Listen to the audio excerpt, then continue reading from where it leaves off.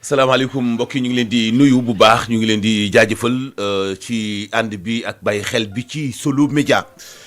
ñeent fukki simili ak benn moo toftalu ci juróom-ñaari waxtu dellu soit nañu ci seen émission matinale salaamaaleykum El Hadj Ahmed Aidara. waaleykum salaam wa rahmatullah El Hadj Mansour maa ngi lay siyaar di la nuyu di nuyu nag El Hadj Ibrahima Touré di nuyu Chérif Baba Aidara di nuyu nag Përi Ndiaye de moom daa yegg seegut moom. waaye xam naa ne comme que bind na ne Chérif moom. nañ toog xaar ko rek ay ko rek ni ñuy reeteetee buñ ñëwulee léegi noonu laa koy. nañ koy reeteetee tamit dëgg. waaw nuyu nag ñi nga xam ne ñoom ñoo ñuy déglu ci rajo bi yëpp 96.1 ak di ñu seetaan tamit ci digital bi Alaaji. voilà Alaaji Ibrahima asalaamaaleykum. waaleykum salaam El Hadj Mamadou Mansour Diop di la siyaar di la jox sa wàccuwaay di siyaare tamit El Hadj Ahmed Aidara di ko jox wàccuwaayam di leen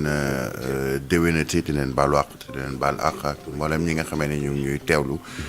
ci lépp lu ñu juum wala mu dëng ci suñuy kàddu ñu ngi koy jéggalu di leen jéggal tamit di ñaan suñu borom nag li ñu nii di koor di weer bi gën yàlla suñu borom nangul ñu suñu ñaan ak suñu jaamu lu mu néew.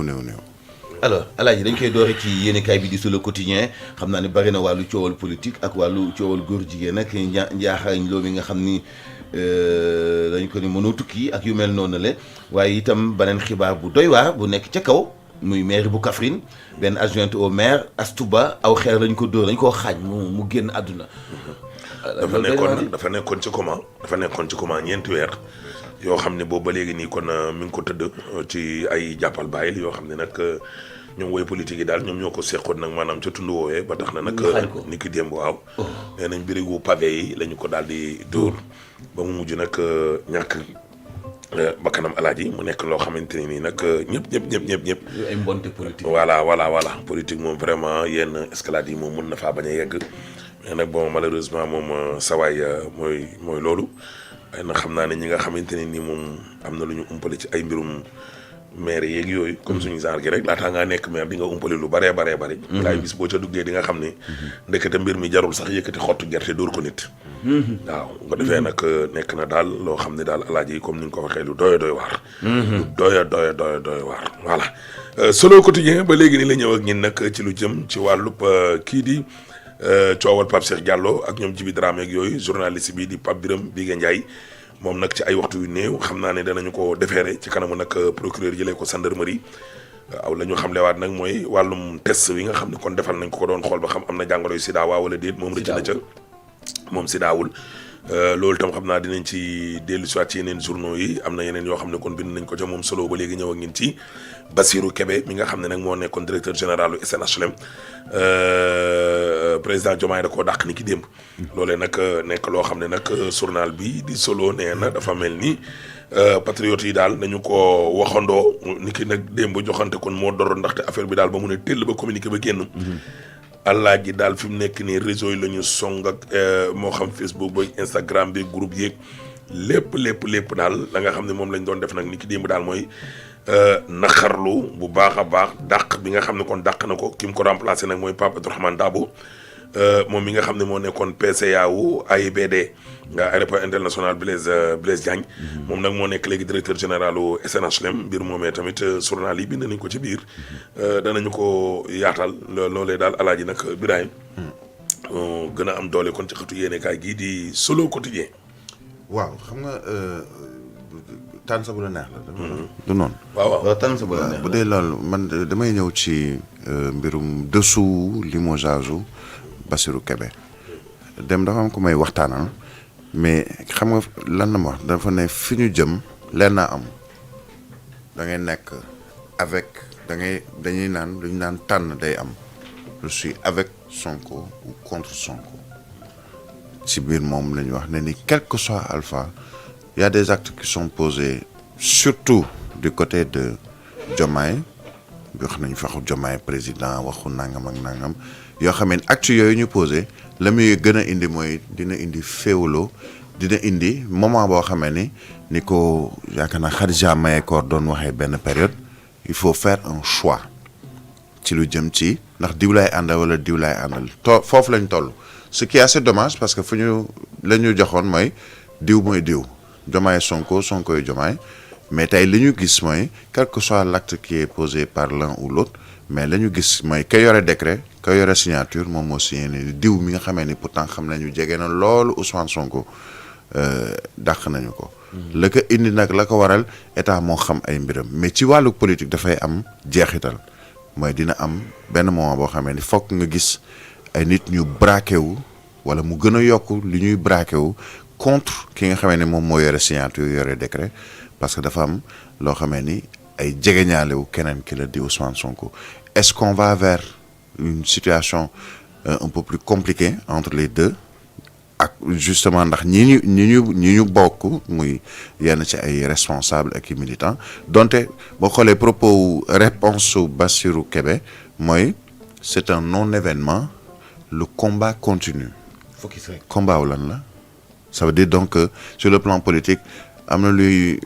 gën a fës ci diggante Sonko ak Diomaye te fa ñu jëm daal man njortuma ci lu rafet daal. xam nga Alaaji waaw xam nga Alaaji limogeage Bassirou Kébé bu ñu résumé ko li Birahim waxee boo ko résumé xam nga mooy lan c'est un limogeage politique donc point parce que Bassirou Kébé bi mu nekkee SNHLM ba léegi ba fii nii Alaaji waaw ñun ñoo ngi lire journaux yi xëy di revue de presse chaque jour dugg na fi génn fi déggalaguma ko abjection catastrophique wala bu lëndëm déggalaguma ko ne waa SNHLM génne nañ ca mbedd ma takkal nañ ko ay morceaux xonq déggalaguma ko kon lu jëm ci wàllu yorin gi par contre lenn laa ko déggal mooy il est à l'image de son chef son leader moo tax journal L'As tey daf koo tuddee Sonko Junior moom la ko tuddee tey Diomaye limoge Sonko Junior xaw ma mooy lan is que ñoom seen position comme genre Waly Diouf Bodiang yi catégorique suñu gisee dara loo xam ne doxut dañuy xamle carrément ne lii taxul woon ñun ñu fal ñu muy ci wàllum justice ba ci wàllum université sorteem bu mujj bi moom Bassirou Kébé qu'est-ce qu'il dit ñun ku ne ñu woon ne ci suñu nguur étudiant dina dee biir université mais seetlu ngeen leen cher patriote gars yi ne ko waaw mu ne mais ñun dañoo continuer ba léegi nii di ñaxtu alors que c'est nous qui sommes au pouvoir ouais. mais ñoom waa Pastef ñoo fi njëkk a organiser manifestation pour réclamer justice mais mës nga gis parti bu ñëw au pouvoir ba pare ba toog au pouvoir c'est paradoxal en fait. mais seen militants yi continuer ba léegi nii nekk ci mbedd mi di réclamer justice alaaji parti bu ñëw au pouvoir ba fii may wax ak yow tey moom la Walfadjri def à sa une réclamer justice déedéet mooy Sonko ba léegi nii amagul sécurité mais dina nekk candidat wala du nekk candidat ba léegi nii ils sont dans un flou total 2 ans après l'élection alaaji xam nga lan moo dul yoon xam nga dul yoon ñaari coalition présidentielle amut waaw maanaam la mouvance présidentielle ça n'existe pas ñaari coalition amut benn mouvance présidentielle moom moo ko yor te moom moo am te mouvance présidentielle bi c'est le parti au pouvoir mooy locomotive bi ko gàdd di daw ak moom et le parti au pouvoir Diomaye d'accord ñàkk d'accord c'est le Pastef donc Pastef ci coalition ba mu nekk boobu mooy coalition présidentielle loolu mooy dëgg na fi yemale lii yem lu ko mooy sañe moom président de la République mooy coalition Diomaye président bi lu ko mooy sañe bi day gën di dem man nag ñoom xaw ma ban stratégie la ñuy dóor Diomaye day xëy di teg ay at démb rek jokkoo naa ak benn leader mu jox ma benn information xam nga lan la ma wax nee na ma vendredi prochain bu amulee changement président Diomaye day recevoir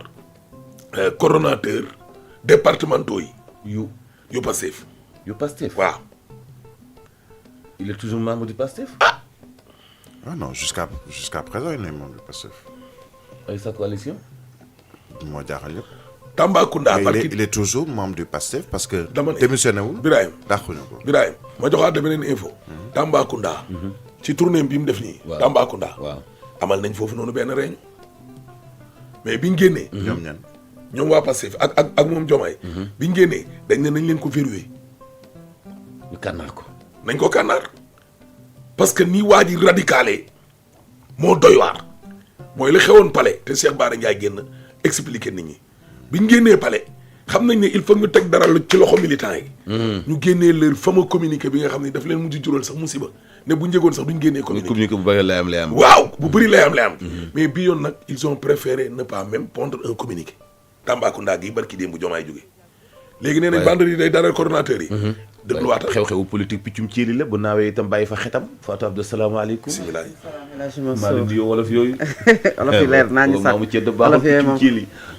wolof yee moom naawee itam bàyyi fa xetam. ana fu mu newoon moom. wolof yee moom xaw ma ko. Biraye maa ngi lay nuyu bu baax El Hadj Ahmed maa ngi lay verrouillé am lu senn. nuyu les techniciens. loo ko verrouillé am lu senn. loolu dëgg la wolof nee na ça c'est xew-xew clair. ci néeg bi aajuwul ndëbb piccum cieli la saa bu naawee itam bàyyi fa xetam. bismillah noo gisee la xew Pastef dàq gi ñuy dàq ñu foog ne dañoo jige Sonko. La situation d'en haut moo répercuté wu ba ci en bas maanaam ñàkk déggoo gi ci kaw moo ñëw ba ci suuf. moo ñëw ba ci suuf parce que bu fekkoon ne déggoo am na je ne pense pas que le président de la République dina bind benn décret pour limoger quelqu'un boo xamante ne loo ci mënti wax nag il est proche Ahmed nee na il est à l'image de son leader muy Ousmane Sonko. loolu mooy dëgg. léegi Bassirou Kébé waxu fi lu Ousmane Sonko waxul en ce qui concerne la justice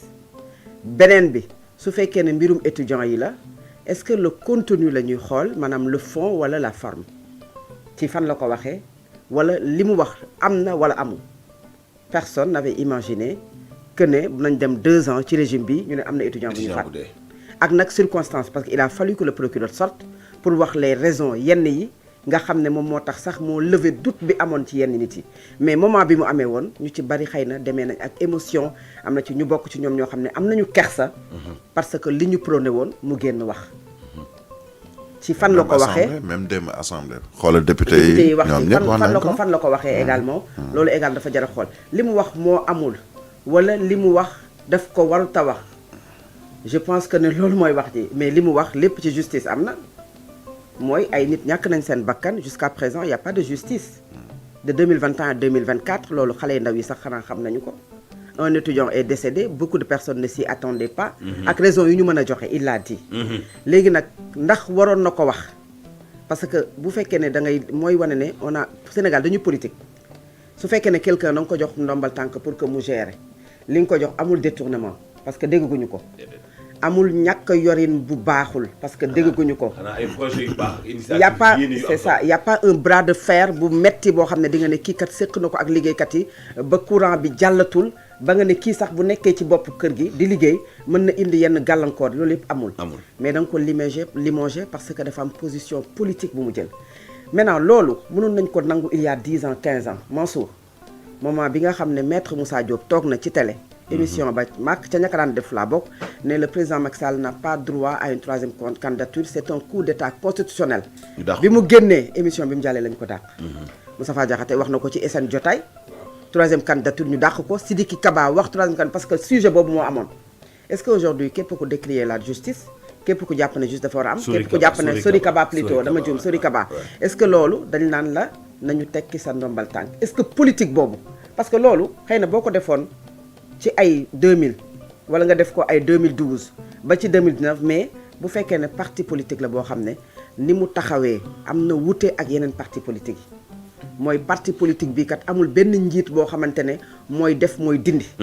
mooy décider nga gis parti politique boo xamante ne borom parti bi mooy fay kër ga mooy jox nit ñi sax bu ñuy déplacé wu mooy jëndi t-shirt mooy def lépp parti ba amul démocratie mooy décider heure bu ko neexee mu toog su ko neexee mu toog ba màgget jël keneen jox ko mais c'est un parti boo xam ne même pour organiser des élections dañuy def ay primaires c'est un parti boo xam ne sénégalais lambda bi nekk Sénégal ak ki nekk diaspora da ciy dugal xaalisam pour cotiser pour les frais yi nga xam ne moo jëm ci parti boobu donc mën nañu jàpp xamuñu li na ci biir parce que xamuñu seen doxalinu parti li ñu gis mooy c'est un parti démocrate est-ce que démocratie boobu moom moo law ba Bassirou Kébé yëkkati ay kaddu yoo xam ne jàpp na ne am na liberté pour yëkkati ko ba président de la République jël décret parce que nag loo ci mënti wax mooy les faits sont là il y a des sorties yu mu def yoo xamante ne moom moo précipité son limogeage ci li ñu gisagum à moins que ñu ne y a quand même détournement wala am na lu mu def gisaguñu loolu est-ce que du loolu moom moo tax mais Sénégal est-ce que foofu la war a toll aujourd'hui est-ce que nit war na joxe xalaatam tax ñu tekki say ndombal tànk beneen bi on peut me dire Bassirou Kébé aurait pu en parler dans un cadre parce que parti nag dafay am cadre boo xamante ne ci ngeen di waxee mais même réew bu ngeen ko yoree dafa am cadre bu ngeen di waxee mais est-ce que Pastef am na un cadre boo xamante ne aujourd'hui Mansour mën ngeen su ngeen amee jafe-jafe wala su ngeen bëggee wax ngeen jote ci président de la république pour wax ko wala ngeen jote ci premier ministre pour wax ko loolu xëy na ñoom waa parti bi dañ ko xam mais ñun en tant que journaliste li ñu xam mooy comparaison pour comparaison la coalition Benno Bokk Yaakaar dañ ko taxawal boo soxlaa yow mi taskatu xabaar Mansour un invité au sein de la coalition Benno Bokk Yaakaar da ngay woote téléphone ñun la kii moo jiite task force tel wala kii moo jiite nga ne j'ai besoin d'un juriste Mansour nga ne j'ai besoin d'un économiste wala j'ai besoin d'un politique ñu seppi foofu kenn indil la ko ci plateau nga dem toog boo seetloo souvent dañuy naan ñoom du ñu dem ci plateau yi parce que y a des plateaux yoo xam ne dañu leen di xeex mais wax ji mooy plaquette d'invité moo bareetul ci parti bi Mansour pour nga gis koo xamante ne dina nangoo dem toog ci plateau c'est tout un problème parce que y a pas un cadre y a 6 mesures du ministère des transports est-ce que tey mën nga jël un directeur général de quelconque structure bu la waxal si les 6 mesures du ministère des transports y a les réformes universitaires tey am na ci ñoo xamante ne ci ñoom boo leen laajoon xëy na xamuñu xam nga la moo tax y a pas un cadre de concertation ci li ma gis man en tant que taskatu xabaar boo xam ne di nga ne parti bi kat Ahmed Aïdara mën nañoo waxal ñun ci sunu làmmiñ ci sunu doxalin même s'il n'est pas directeur de la rédaction xam na lu rédaction bi di doxal Birahim Touré xam na tey luy rajo bi di doxal même su fekkee ne moom mooy directeur télé bi parce que loolu mooy coordination ci liggéey bi nga xamante ne mooy le travail vulgariser li nga xam ne mooy la politique gouvernementale ministère bu nekk la fay dox muy les points saillants même si tu es député même si tu es directeur général quand tu vas sur un plateau tu peux en débattre mais loolu amul Mansour mais bu fekkee si toutefois Fatou. y a pas de cadre aujourd'hui ci li ma gis mais si toutefois. non Pastef Alaaji. waaw y a une différence entre. Pastef et le gouvernement. non le Pastef yëpp boo jëlee gouvernement bi ak parti bi par rapport Alaaji. au parti traditionnel. xam nga là-bas on dit qui paye son orchestre commande sa musique. c'est ça. yeneen parti looloo fa xew. yaa ko wax. leader bi mooy jënd tiset. mooy luy ay Ndiaga Ndiaye. non par rapport ak Pastef. non. Pastef parti bi lu bees li mu indi nii ñun xamuñu ko. c'est ça. loolu moo tax wax fa sa xalaat. mii la guñu ko. wax fa sa xalaat. waaw du délit. du délit. du délit. parce que dañuy organiser ay primaires même. non pour du dem délit. ci ay élections. Voilà. ñu ne leen tànn leen bu ngeen juboowul le dernier mot revient au leader du parti donc au moins C'est ça. mën nga jàpp ne am na démocratie bu fa nekk. donc parti bi ak pouvoir mën nañ ma ne bokkul mais même le pouvoir dafa war a am cadre parce que bi ñu fi dàqee la fille la Salimata moi j'ai dit que mais comment ñu ne non li mu koy metti mënoon na ko dem wax le président de la poste bi République mu defoon parce la. que elle a fait un poste mais est-ce qu'elle a accès au président de la République Mansour si tu n'as pas accès au chef su ah mais Waly Diouf du def ay poste chaque jour. gisee woo ak moom yaa ngi wax léegi c'est le Pastef vous ne comprenez pas. non damaa yaatal peut-être ñi fi toog nii non. man maa leen gën a jege. ñoom Damaa ñoom yaatal. balaa nga koo xam ngeen di toog ngeen di réunion. non damaa yaatal xoolal Ahmed parti boo xam ni ñoom démocratie. ça je l'ai dit ñoom xoolal c'est la démocratie en fait qui est là-bas ba démocratie boo xam ne sax est-ce que xawul ëpp. ça je l'ai dit parce que yow xëy na yaa ma leen gën a Xam nga li ma wax. gën a miin mais li ma gis mooy le parti wax naa ko nee naa parti boo xamante ne la dafa wuute doxalin ci li ñu gis ci yenn yi peut-être que ñi nekk ci biir ñoo gën a xam li nekk ci biir mais booy observer li nga xam ne am na benn différence ak yenn parti yi nga xam ne le dernier mot revient à un seul homme gis nañu bërki démb à l'Assemblée nationale Guy Marius Sagna yëkkati kaddu Ismaïla Diallo de l'autre côté n'est pas d'accord Guy Marius Sagna di ko tontu ba le président de l'Assemblée nationale ne Ismaïla Diallo na noppi mais loolu daa woo ko gis à l'Assemblée nationale 2 personnes d'un même parti qui prennent des décisions yoo xamante ne wala du bokkuñu gis ci benn point mais loolu ci àdduna mooy doxee noonu et man loolu dama kaa gëm Birahim man dama gëm liberté il faut que les gens soient libres de leur pensée yaa ngi comprendre léegi nag discipline mën nañ ko wax ci parti mën nañu wax solidarité gouvernementale mën nañu wax ne cadre mais loolu dafay fekk nga créer cadre yoo xamante ne cadre boo xamante ne Birahim balaa maa génn di ko wax ci mbooloo danga may opportunité boo xamante ne dinaa mën a jàkkal wax la ko man j'aurais bien aimé am ay informations est-ce que le président Bassirou Diomaye Faye depuis qu'il est élu gisee na ak les directeurs généraux ci ndaje moo xam ne dina toog ak ñoom ñooñu wax ko lenn ci seen gis-gis est-ce que gisee na ak les PCA est-ce que daje na ak les députés les parlementaires waxtaan pas parce que dafa am benn projet de loi boo xam ne dafa bëgg mu jàll coûte que coûte mais toog ak ñoom waxtaan ak ñoom parce que une majorité c'est à quelque chose woon tey parti bi dafa am cadre comme PS comme AFP comme parti classique yi nga xam ne xamoon nañu ko mais si toutefois mu nekk benn événement bu chaud muy assassinat d'un étudiant bu xew wala benn étudiant bu dee pas assassinat sax étudiant bu dee sur le coup est-ce que c'est impératif un leader politique bu nekk ci benn parti xaar déclaration de parti comme mu doon kii déclaration de parti ba wala wala amul dafa dem day dem ba xañ boppam. xam nga loolu doo ko mën a joxe benn affaire xam nga loolu doo ko mën alaaji. Fatou Abdou yàgg naa dem reportage. tey Bassirou Kébé boo dajee woon ak moom ci benn rencontre boo xam ni on allait parler des logements sociaux parce que il gérait la SNHLM. Fatou Abdou Ndiaye bu yeggee foofu benn question la koy laaj ci affaire li tax ñu daje ci séminaire bi une question alaaji. deuxième troisième quatrième ba 51e question. politique lay doon. affaire université bi am léegi nii bi may ñëw nii. moom lay nekk moom lay nekk te bu boobaa moom day tontu foofu devant la presse daal di joxe xalaatam. obligé mu tontu foog mu tontu. oui par contre am na yoo xam ni Fatou Abdou. parti bi day jël benn communiqué. officiel bu officiel. voilà mais ça c'est la position du parti ñu dajalee ko ci kii mais pour leader nii rek ne day bañ a wax soxlaam yooyu xewi na et puis yooyu ci boppam sax na dafa war a xewi. yooyu xewi na loolu laa wax Guy Marius Sagna wax na soxlaam wax na xalaatam ci mbir mi ci même jour les bi faits yi nga xamante ne moom c'est-à-dire que liberté nit ki dañ ko war a respecter est-ce que quelqu'un war na wax ci parti politique ñu tekki nombal tànkam comme niñ ko fi defee woon Moussa Diop def ko fi Sori Kaba def ko fi ñeneen. est-ce que aujourd'hui rupture boobu moom moo war a dox ci Sénégal. ba nga xamante ne un directeur général. qui prend la parole pour donner son avis. son avis tax ñu limogé ko ça pose problème. dans le fond mënoo ko dindi moom mooy à l'université on s'attendait pas à ce que aujourd'hui 2 ans ñii ñëw ñu ne am na ku ñàkk bakkanam. maintenant quelqu'un peut m'opposer ne pourtant il est membre de l'État c'est-à-dire que du pouvoir mënoon na ko wax feneen mais est-ce que ce cadre là pour mu wax ko le président la am na ko. wala wax non mais parce que bu du président est-ce que am xalaatam nañu day toog kuréel xaar man j'ai am nañu kuréel waaw kay goo xamante ne réunion wul amul ay instances yoo xamante ne dinañu daje pour wax ci dëkk bi. ki jiite réew maa ngi ci beneen coalition. mi ngi ci beneen coalition. chef du gouvernement mi ngi ci coalition bi. jafe-jafe yi nekk ci kaw moo répercuté wu ba ci kaw gis nga. jafe-jafe Bassirou Diomaye Faye ak Ousmane Sonko. moom moo wàcc ba ci suuf ba indi le limogeage de Bassirou Kébé Mansour. aywa jaajëf Fatou jaay ngeen jëf maa ngi dem xibaar te ñëwaat.